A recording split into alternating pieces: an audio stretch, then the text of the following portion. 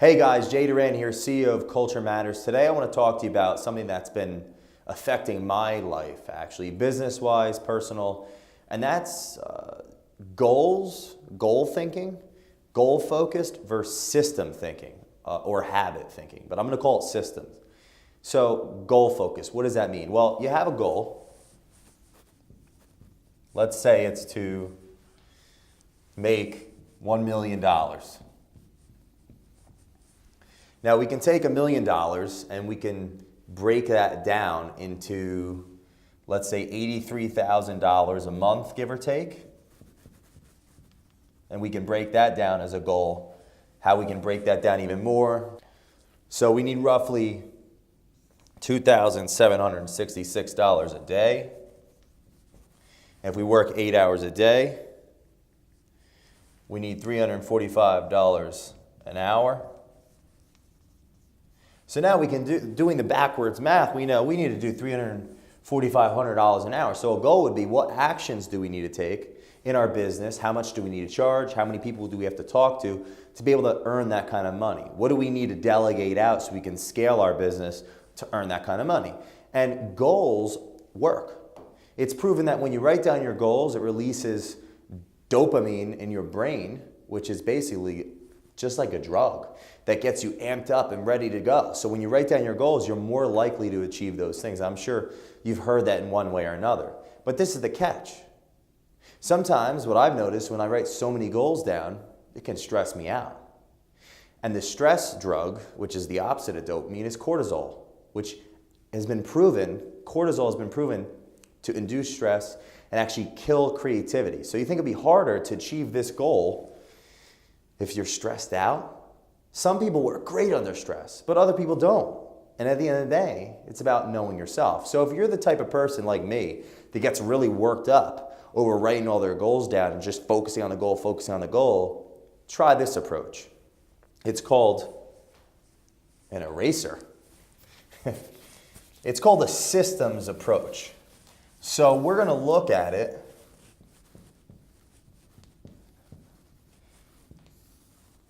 like a system, meaning, what do I have to do every day? What do I have to do every day to reach those goals? I have to read.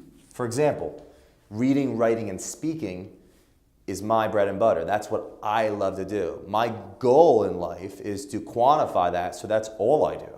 So if I read, I write, and I speak every day, eventually, there's no such thing as free speaking.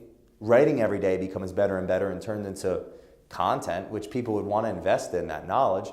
And reading expands my consciousness so I can expand others. So if I just focus on reading, writing, and speaking every day, what's going to happen? Well, after a year, 365, if I read a new book every day, not the whole book, but I dive through it, I figure out what exactly I need to learn, that means I read 365 books.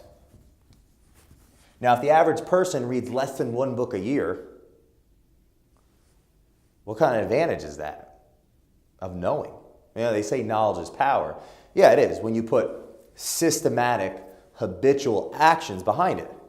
Now, writing. If I write every day, my average day is 462 words. So if I write 462 words every day, let's do the math.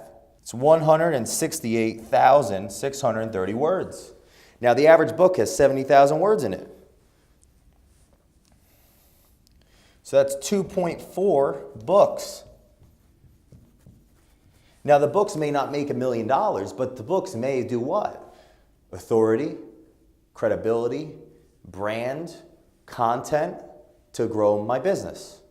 Versus not having a book and not getting paid to speak, or having a book that's successful and getting 100,000 to speak, like some authors. Speakers speak, as Les Brown has been quoted to say. If I speak every day, that's more than just in front of the mirror. Am I going to get more confident? Yes. Am I going to get more competent? Yes. And based on my competence and confidence, I'm going to call more organizations. I'm going to call more organizations to speak. More organizations are going to want to have me speak. Why? Because I'm good at my craft. I'm great at my craft. I've mastered my craft. So if I focus on speaking every day, So if I focus on speaking every day, that's 365 speeches. It's been said after 1,000 speeches, you can't help to be the most amazing speaker. That's what has been quoted to being said many, many times. So within 36 months, we'd be at like a Les Brown level, has been quoted to be saying. So what's the point? Goals. Goals, although they do increase dopamine, they do get us motivated, they can also, for at least some of us, stress us out. But we focus on our habits, which really shape our life. Focus on our system every day. What's our purpose? What do we love? How do we do it every day? How do we turn it into a business? Meaning, how can we solve enough people's problems and have the profit, which is the margin in between the overhead, what it costs to do it, and the income. 365 books, 168,000 words, 365 speeches, that could be $1 million. So guys, what's the takeaway here? Why do we want to look at things a little bit differently? Some people crack under pressure. Writing goals down does work. Dopamine is released, but it can also stress us out. And stress comes with cortisol. It's no good. Kills creativity. And we all know visionaries are creative. You got to be a visionary in your business. So ask yourself, why aren't you a millionaire now? Maybe it's stress. Maybe it's other things that are going on in life. Try a systems-based approach. Figure out what you love. Do it every day, and eventually you can't help but be a millionaire. This is Doran, CEO of Culture Matters. You can find more information at yourunstoppableculture.com. Thanks.